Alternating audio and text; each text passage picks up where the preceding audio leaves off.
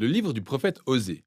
Osée vivait dans le royaume du nord d'Israël, qu'il appelle parfois Éphraïm ou Jacob, environ 200 ans après la scission d'avec Juda du sud. Rappelez-vous l'histoire de un roi.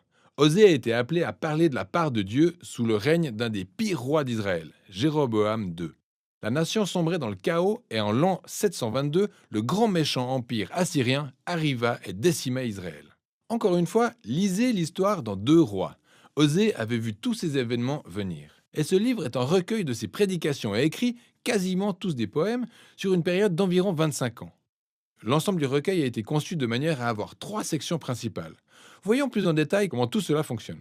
La première partie parle du mariage brisé entre Osée et une femme nommée Gomer, suite à l'adultère commis par celle-ci. Il n'est pas clairement précisé si Gomer avait eu des amants avant ou seulement après leur mariage, mais ils avaient déjà 3 enfants ensemble quand les choses se sont gâtées. Mais l'élément clé de cette histoire est l'instruction que Dieu donne à Osée. Il lui dit de retrouver Gomer malgré son infidélité et de payer ses dettes à ses amants en lui jurant une fois de plus son amour et sa fidélité. Dieu précise ensuite que le mariage brisé et restauré avec les enfants du couple sont un symbole prophétique relatant l'histoire de la relation entre Dieu et Israël. Ainsi, Dieu était comme un époux fidèle vis-à-vis d'Israël. Il a sauvé les Israélites de l'esclavage, les a amenés au mont Sinaï où il a scellé une alliance avec eux. Il leur a demandé de lui être fidèles à lui seul.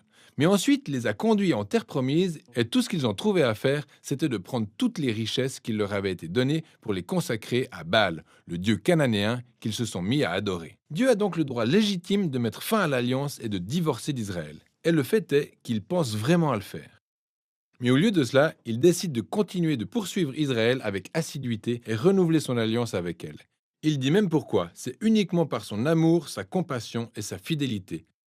Osée développe ensuite le sens de toute cette allégorie. Il dit que la conséquence de la rébellion d'Israël sera une défaite imminente infligée par d'autres nations et qui sera suivie de l'exil. Mais l'espoir d'une future restauration demeure car un jour, Israël se repentira et recommencera une fois de plus à adorer son Dieu. Et Osée de souligner qu'il établira sur son peuple un nouveau roi messianique issu de la lignée de David qui apportera la bénédiction de Dieu. C'est ainsi que cette première section met en place toutes les idées principales du livre. Parce qu'Israël s'est rebellé, Dieu les laissera goûter aux amères conséquences de leurs actes. Mais la force de l'amour, de la compassion et de l'alliance propre à Dieu surpasse le péché d'Israël. Dans les sections restantes du livre, les talents poétiques d'Osée aident à détailler ces thèmes de manière plus approfondie. Alors, il y a deux recueils compilant ces accusations et lamentations sur Israël. Et chacun d'eux se termine par un poème plein d'espoir sur la compassion de Dieu et l'espérance en l'avenir.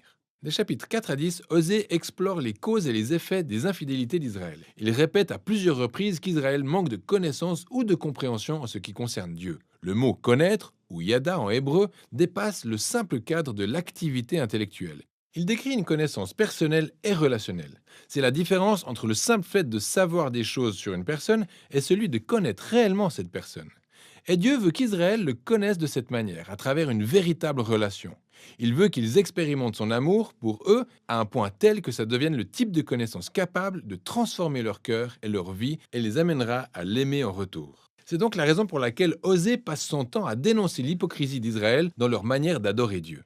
Il souligne en permanence en quoi ils brisent les 10 commandements de l'Alliance, notamment par le fait qu'ils tolèrent les graves injustices commises dans leur communauté pour ensuite aller offrir des sacrifices à Dieu dans les temples sacrés comme si tout allait bien. Mais ce n'est absolument pas le cas. Et ce n'est pas seulement à cause de leur hypocrisie, mais parce qu'ils adorent aussi d'autres dieux. Ils mentionnent à plusieurs reprises leurs autels de Baal dans les villes de Bethel et de Gilgal.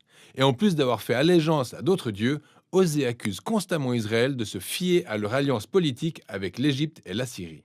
En d'autres termes, au lieu de se fier à Dieu pour les protéger, ils préfèrent devenir comme ces nations qui s'appuient uniquement sur leur puissance militaire.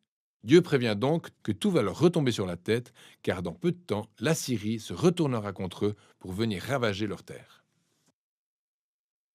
Dans cette autre section d'avertissement, Osée donne un cours sur l'histoire antique d'Israël afin de rappeler l'infidélité de cette famille depuis le début. Il commence à faire allusion à l'usurpation du patriarche Jacob. Rappelez-vous, Genèse 27 et 28. Ensuite, il revient sur la rébellion d'Israël dans le désert. Rappelez-vous le livre des Nombres. Il rappelle aussi le choix de Saül, le roi corrompu qui a conduit le peuple à pécher et au chaos. Rappelez-vous les récits dans 1 Samuel. C'est pour Osée une manière de dire que dans cette famille, certaines choses ne changent jamais. Au fait, qu'espère obtenir Osée? Grâce au chapitre 3, nous savons que Dieu fera quelque chose pour sauver et restaurer son peuple. Et c'est le sujet des 2 derniers chapitres. Le chapitre 11 est magnifique. Le poème dépeint Dieu comme un père aimant qui a élevé son fils Israël et a tout partagé avec lui. Mais le fils a grandi, s'est rebellé et a bien profité de la générosité de son père, puis s'est détourné de lui. Ce poème montre combien Dieu est émotionnellement torturé. À un moment donné, il se met en colère et naturellement, il prévoit de déverser sur la tête de son fils les graves conséquences de ses actes. Mais l'instant d'après, il a le cœur brisé. Ensuite, il est ému de compassion, puis laisse agir sa miséricorde. Et c'est alors qu'il décide de pardonner au fils qu'il aime. Et dit : « Comment t'abandonnerai-je, Éphraïm ?